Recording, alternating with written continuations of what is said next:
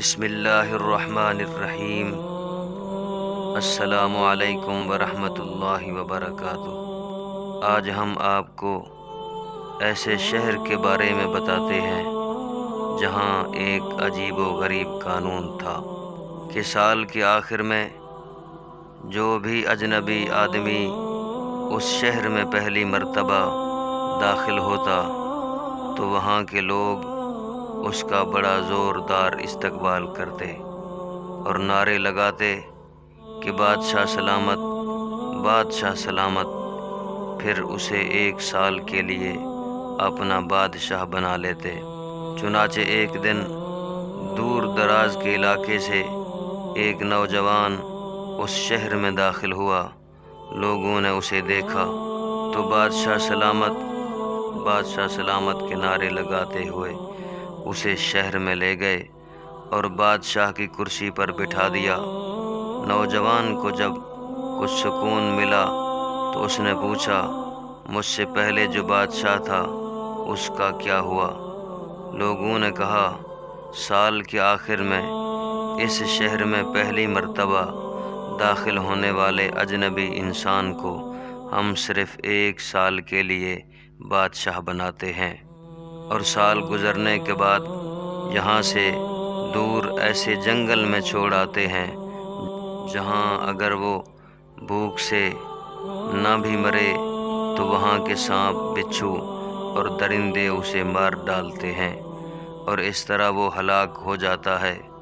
نوجوان نے جب یہ سنا تو بہت خوف زدہ ہوا، لیکن پھر خود کو سنبھالتے ہوئے کہا، مجھے وہ جگہ دکھائیں جہاں پر آپ ہر بادشاہ کو 1 سال بعد چھوڑ کر آتے ہیں۔ چنانچہ لوگ اسے وہاں لے گئے۔ اس جگہ کا اچھی طرح جائزہ لینے کے بعد اس نے اپنی 1 سال کی بادشاہت میں اس شہر میں بہت اچھے اچھے کام کیے، لوگوں کو ہر طرح کا آرام پہنچایا، اور شہر سے لے کر اسی جنگل تک ایک خوبصورت شاہراہ سڑک تیار کرائی، اور اس کے کناروں پر بہت ساری کھانے پینے کی دکانیں بنوائیں، اور دور دراز سے لوگوں کو لا کر یہاں بسایا۔ وہ جنگل جسے دیکھ کر لوگوں کو ڈر لگتا تھا، اب ایک خوبصورت شہر بن چکا تھا جسے دیکھنے کے لیے لوگ دور دور سے آنے لگے۔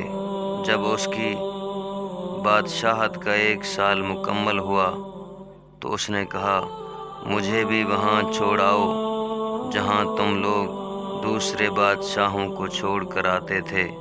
تو لوگوں نے کہا، آج سے آپ ہمارے مستقل بادشاہ ہیں۔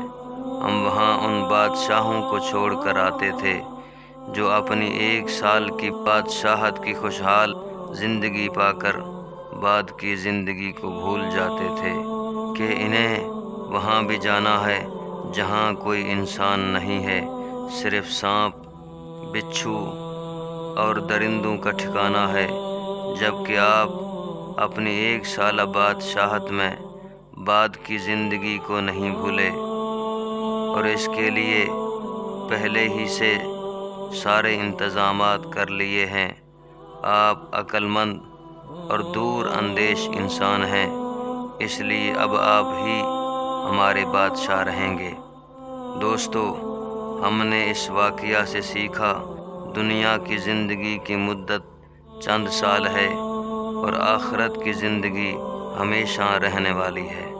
آخرت کی زندگی اسی شخص کی اچھی رہے گی جو یہاں نیک عمل کرے گا، اس کا فائدہ اسے قبر میں، میدان محشر میں، جنت میں، ہر جگہ نظر آئے گا، اور اگر دنیا کی زندگی کو اچھا نہ بنایا، نیک کام نہ کیے، تو اس کے نقصانات قبر، میدان محشر، دوزخ، ہر جگہ تکلیف و عذاب کی صورت میں برداشت کرنے ہوں گے۔ عقل مند وہ ہے جو اس تھوڑی سی زندگی کو اچھے کاموں میں گزارے، تاکہ بعد کی زندگی جو ہمیشہ کے لیے ہے وہ اچھی اور عمدہ رہے۔